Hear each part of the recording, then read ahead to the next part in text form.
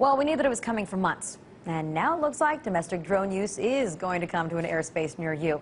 This week, Congress passed a bill directed at the FAA, which not only will speed up the nation's switch from radar to an air traffic control system based on GPS technology, but it'll also require the FAA to open up access to unmanned aerial vehicles within 4 years. So that means that by September 30th, 2015, drones will be flying in the same airspace as airliners, cargo planes, business jets, and private aircraft, as the Associated Press described it.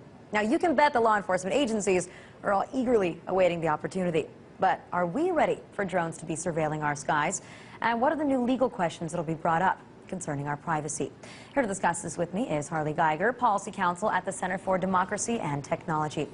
Harley, thanks so much for joining us tonight. Thanks for having me. Now, okay, as I mentioned, this really was a broader FAA bill in order to modernize the way that we control our air traffic control system, but of course, this little bit about opening up the skies to drones was in it too. And so it passed with bipartisan support. But do you know, was there anybody out there, was there any civil libertarians that decided to speak up and maybe dissent when it came to the voting? No, and you're right that it was a bipartisan effort, and it passed overwhelmingly in the Republican-controlled House and then also in the Democrat-controlled Senate. There were no hearings. The bill passed the House and then 3 days later passed the Senate, so the thing was fast-tracked. No hearings on privacy. The bill mentions nothing about the civil liberties implications of filling the sky with flying robots. All right, so this one was a piece of cake for them, huh? We're going to get into the negatives, but first let's talk about what some of the pros might be, right? I mean, who do you think, for the most part, is going to be applying for these permits in order to use the airspace? Is it going to be law enforcement? A lot of people are going to be applying for it, and there are definitely some pros. So law enforcement is considered the largest domestic market for drones right now, but it's going to be used by all sorts of folks, commercial entities, hobbyists. There's a wide range of technological innovation that can occur with releasing or allowing domestic drones to fly over our skies. However, as I said, that must be done responsibly, and I think having privacy and civil liberties protections in place beforehand are very important. Some of the pros include things that we've already seen. Drones were used to scout out the Fukushima nuclear power plant. They found environmental problems in Texas. They are helping cops with dangerous fugitives. That is true, and that is a valid use. But the use should not be as unrestricted as it is currently. Is this something that I guess the media might be able to start using too, right? If they want to fly over a certain space and get a story, get the footage that you can't get with a helicopter? As a matter of fact, I believe that the Daily, owned by Fox, has already flown the drone twice and got into a little bit of trouble with the FAA, but surely when it becomes legal for them to do so, then sure, they'll fly a drone. All right, good point.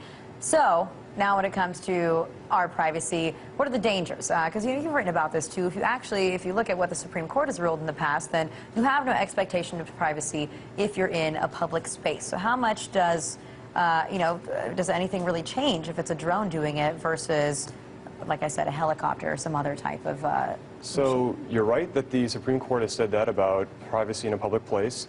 That being said, drones offer a type of surveillance that we really haven't seen from helicopters and are certainly very different from human observation. Drones can fly for hours and hours and hours without a need to refuel. They can survey an entire town all at once.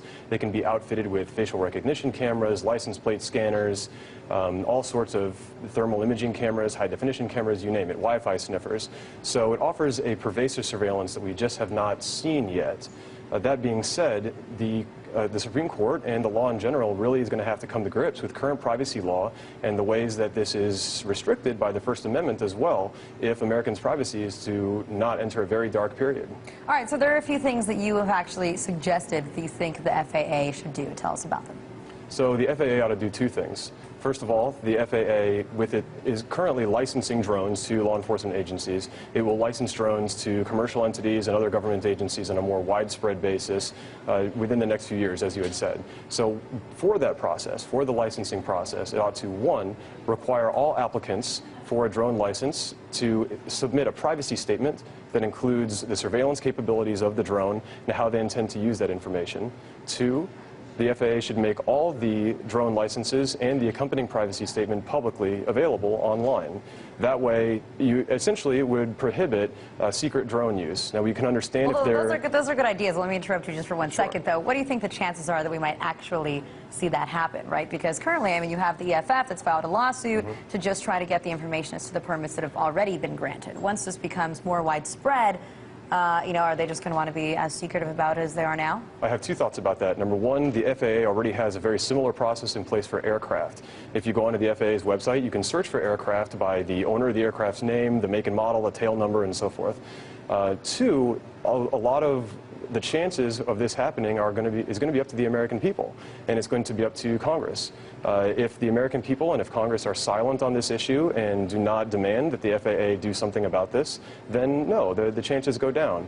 On the other hand, if the American people comment to the FAA's proposed rulemaking, which we think will come out this coming spring, then there is a greater chance that it will happen. It is well within the FAA's mandate to have these sort of transparency requirements. The question is whether or not they will actually go forth with it. Well, I guess that we can only hope then that people actually speak up and force them to take into account, some of these things here. Sure. Harley, thanks so much for joining us tonight. Thank you for having me. Thank you.